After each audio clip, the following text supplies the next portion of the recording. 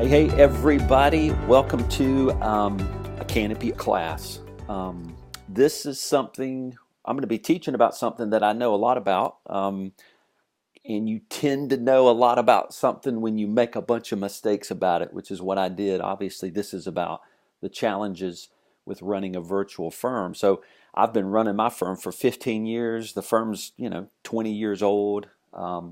We've been virtual for about 5 of those years, a little bit longer than 5 years, and I thought it was going to be awesome running a virtual firm. And actually, there are a lot of cool parts to running a virtual firm, but it is really challenging. And I think it's important to do a course about running a virtual firm.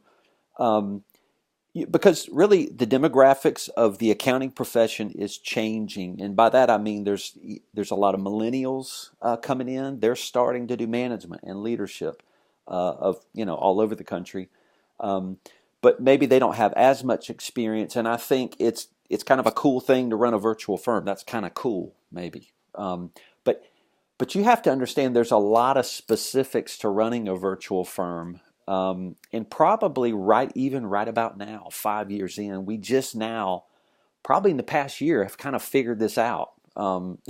So it's pretty tricky to do. So I think it's pretty cool to dive into some mistakes that I've made and how to avoid them. And of course, I don't know, we don't always want to lead with the negative, but 5 mistakes really are going to tell you a lot of 5 positive things too that you can do. Truly, if you want to run a virtual firm. And I guess one thing I want you to get out of this course is if running a virtual firm is for you, I want you to know what you're getting into. I want you to know what you're agreeing to so that you can do it well, because you can run a virtual firm well. There's just a lot of stuff you need to know and to avoid some assumptions. So we're going to dive into that. I am Jason Blumer. And again, been leading my firm for 15 years. We've been virtual over 5 years. I have a partner in our firm. My firm's called Blumer and Associates CPAs. You can find us at BlumerCPAs.com.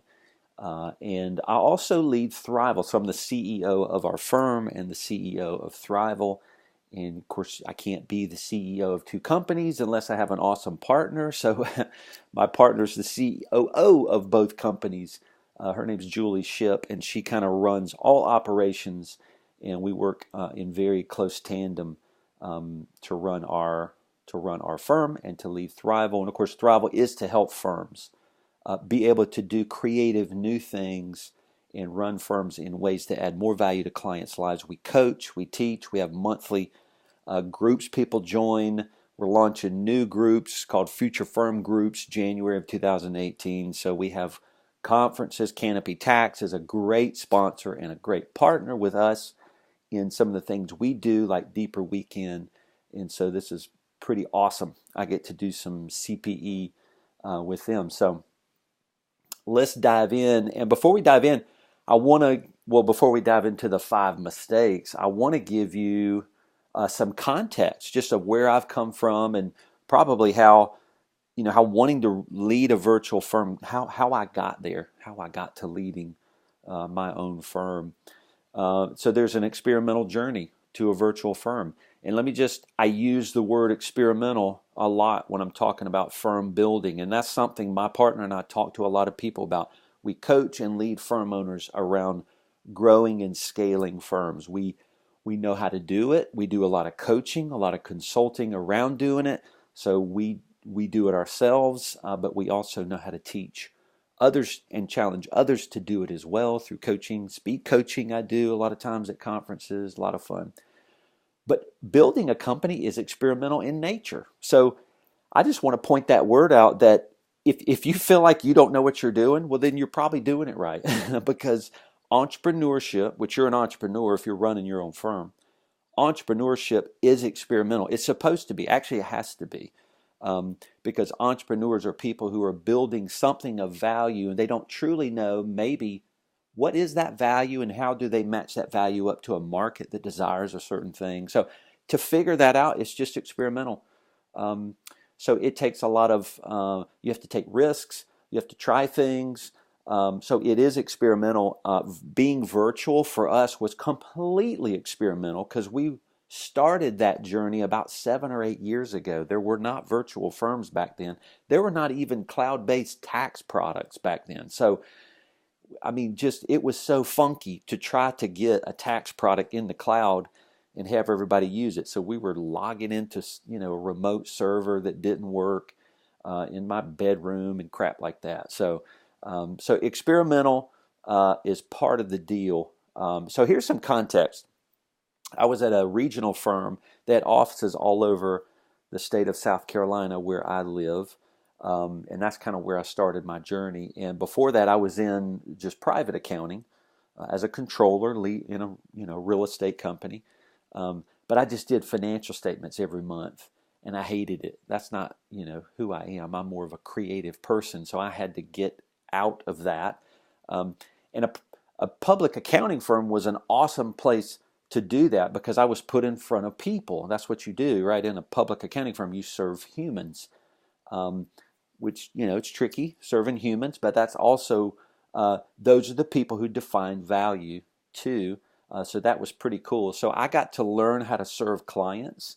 I was, the way they trained me, they kind of said, here's some audit books from last year, copy those and go to that location and start auditing. And I'm like, okay. I mean, I didn't know what the heck I was doing. But I started to learn how to serve human beings and how to care for them, how to add value, how to comfort them. And I also learned, what does it take to convince a person to give you money so that you can give them something valuable in return. So learning that discourse back and forth of what do they want and what do you want them to want and what is valuable, or you pitching things that are valuable that they'll buy and trying to exchange money for it. Of course, in a minute, we'll talk about going down the road of value pricing. And that's where you really try to create some huge value that doesn't exist in the marketplace and see if you can attach a huge price to it. Not that huge prices are always the goal, but huge value is the goal. And when you do learn how to sell value to somebody, you actually get to require a valuable price in return. So I learned how to do that at a firm. So I started bringing in clients. I've actually found a particular little niche, an economic incentive credit audit that we did according to the state of South Carolina. And I started traveling around and selling these. They were little bitty audits, but I was so excited to find a niche that I found and started selling it, and really started bringing in clients and bringing in money. And so that was pretty sweet. That just gave me confidence that I could do that.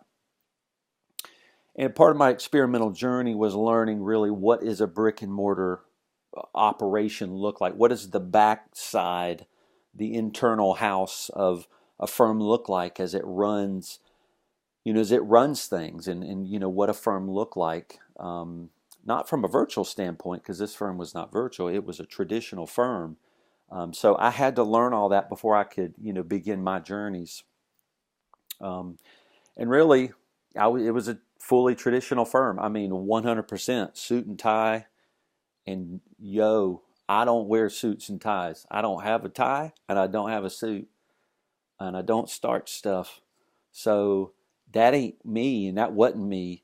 But I learned what it felt like to work in a traditional firm, which is really the things I didn't like about, traditional firms. It was, and I'm not saying traditional firms are bad. I'm not saying that. They just need to be set up in a certain way that were restrictive for people like me that are more creative. So that's kind of my experimental journey through that regional firm. So here's what I learned basically. I'm just going to throw these points up there. I think that's all of them. Yeah. So my experimental firm journey. So this is when I finally, in 2003, came to start leading my own firm. I learned not to copy other firm models. Actually, that's how I began leading my firm.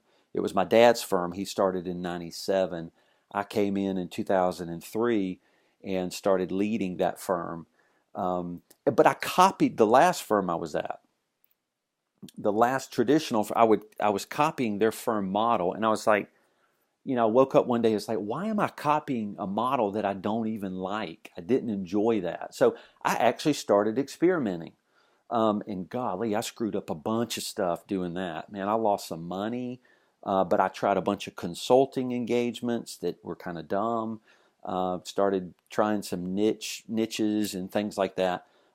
So I did go through a process of learning things I thought I wanted to try, and finally started learning how to build different models of operation, which we're going to talk about in a minute, that were specific to what we wanted to offer. And I think I guess I want people to know that, like in this course, know that whatever you've seen before and whatever you're doing now does not have to be what you continue to do. There are many, many, many other options of how you sell value, create value, capture that value in the form of a price, and deliver that value to clients. There's all kinds of stuff you can do that kind of can match your personality. Um, I want firms to be more creative like that. Actually, I think our world needs, firms need to be experimental, creative places where my clients they couldn't thrive in another firm because they needed something like what I built. And I want to get to that, and that's what Thrival does. We're a community of a bunch of firm owners, and the reason we're not competitors and instead we collaborate is because I can't serve their clients because they're doing such creative things. The clients need what that firm owner's doing, and so that's what an experimental firm journey is all about. And I want to challenge you to try some new stuff because man, there may be some awesome stuff you're not doing yet. And it could be really the thing that adds huge value. So I learned the importance of experimentation and firm building, super important. And I want to encourage you to experiment and try new things.